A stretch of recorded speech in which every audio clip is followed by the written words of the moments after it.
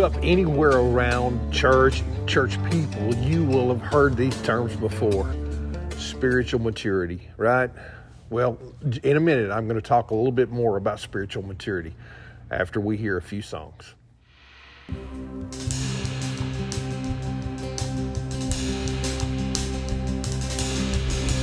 I could just sit and wait for all your goodness, hope to feel your presence, and I could just stay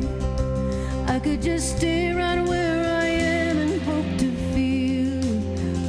feel something again.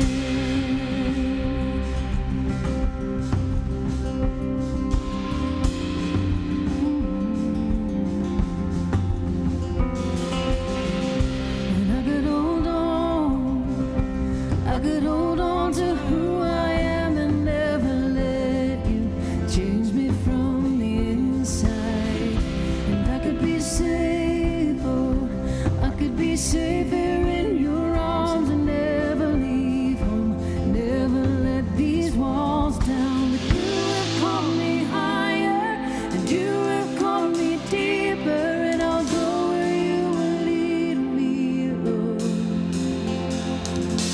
You have called me higher, and you have called me deeper, and I'll go where you will lead me, Lord, where you lead me.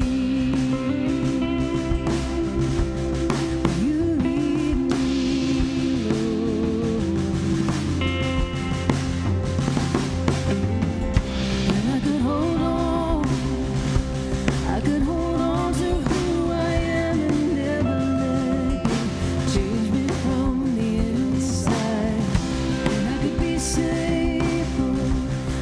be safer in your arms and never leave home, never let these walls down. But you have called me higher, and you have called me deeper, and I'll go where you will lead me, Lord. You have called me higher, and you have called me deeper, and I'll go where you will lead me, Lord, where you lead me. You lead me, Lord.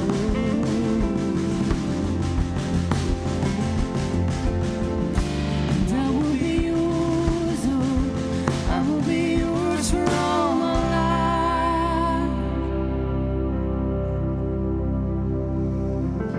And I will be yours, oh, I will be yours for all my life.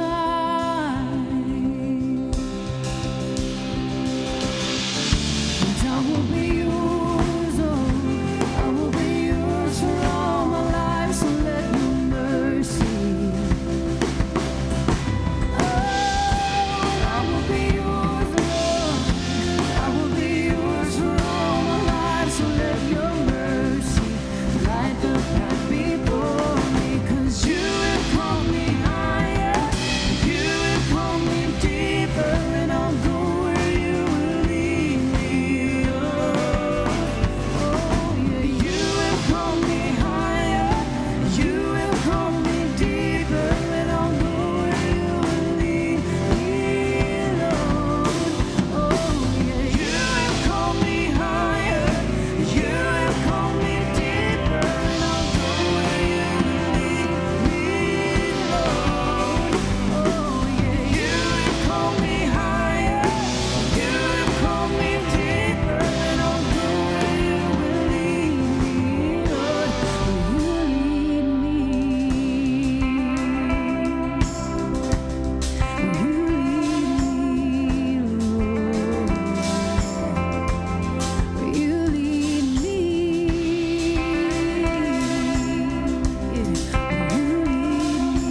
Lord.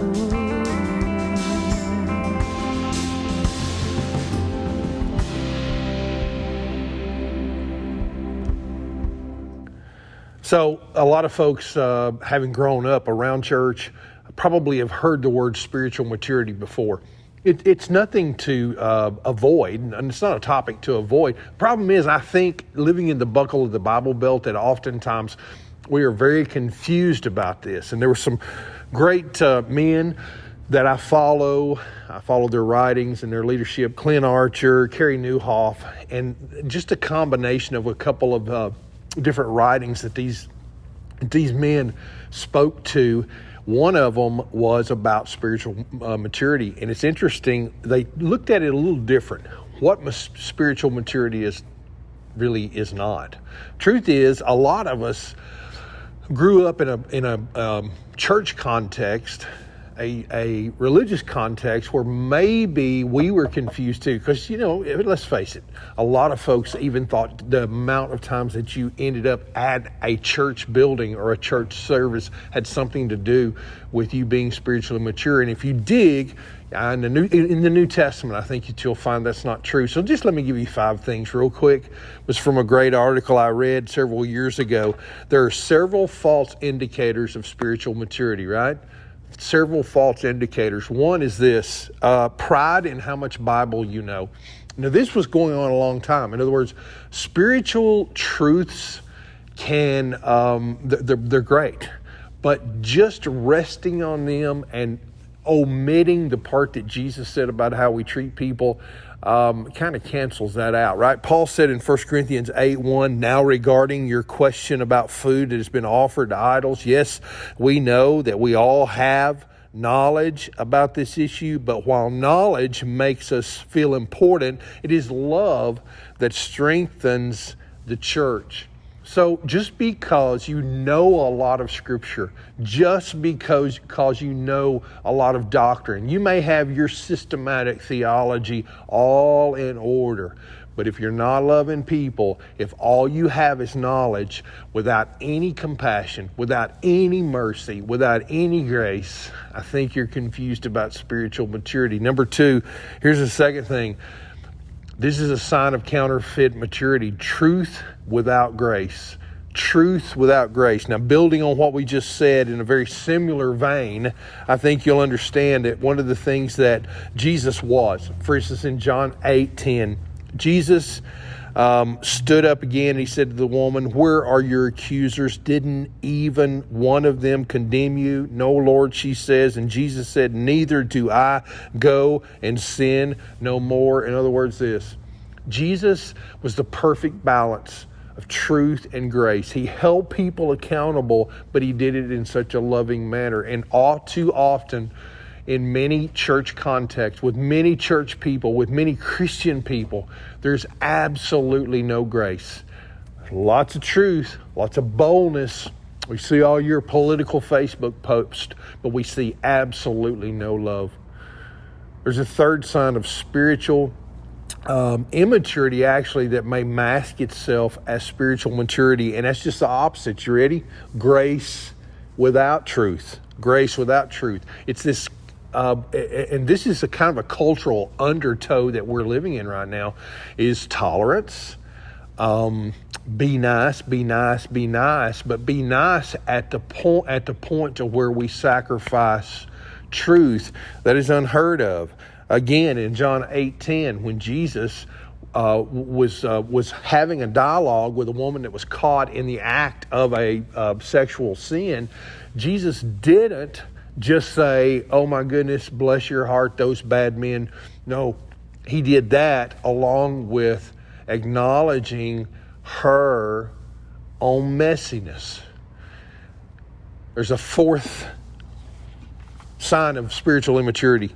And it looks like it might be a sign of maturity if you're using some of those religious leaders that Jesus called the Pharisees and the scribes, but it's not. Number 4 is harshness towards outsiders while cutting insiders slack. All that means is this, is that we are nicer to the people within our buildings, our church people, our fellow Christians. We're nicer to them than we are the people that actually are the messiest, that people that need Jesus. I am so amazed. Matter of fact, my son Micah, he spoke to that a couple of weeks ago here at Crossbrand about how believers, how followers of Jesus are supposed to be responding to the messiness in non-believers. But yet so oftentimes we want to hold the world, and by that I mean people that are not following Jesus, we want to hold them to the standard that we hold followers of Jesus to. And it's interesting, that is not a scriptural concept at all. Jesus was definitely loving and kind to messy outsiders. But it seems like sometimes those of us that hang out in our holy huddles, in the safety of our steeples and our stained glass and our padded pews, sometimes we go easy on the people that we should be holding accountable, our brothers in grace. But yet we're so hard on those people we work with, and we're so hard on those people outside of the walk of faith that don't look like us, that don't believe like us. There's a fifth and final, and I kind of like this one. This is a telltale sign that you're probably not as mature as you think you are. You ready? It's telling people that you're mature. I love it when the author talked about this. One of the number one indicators of spiritual immaturity is thinking that you are. It's bragging about your biblical strength. It's bragging about the fact that you have this heritage and this legacy of faith. It's bragging about all of your church and Sunday school attendance records, when in the truth of the matter is possibly the greatest commandment that Jesus gave is something that is foreign to you.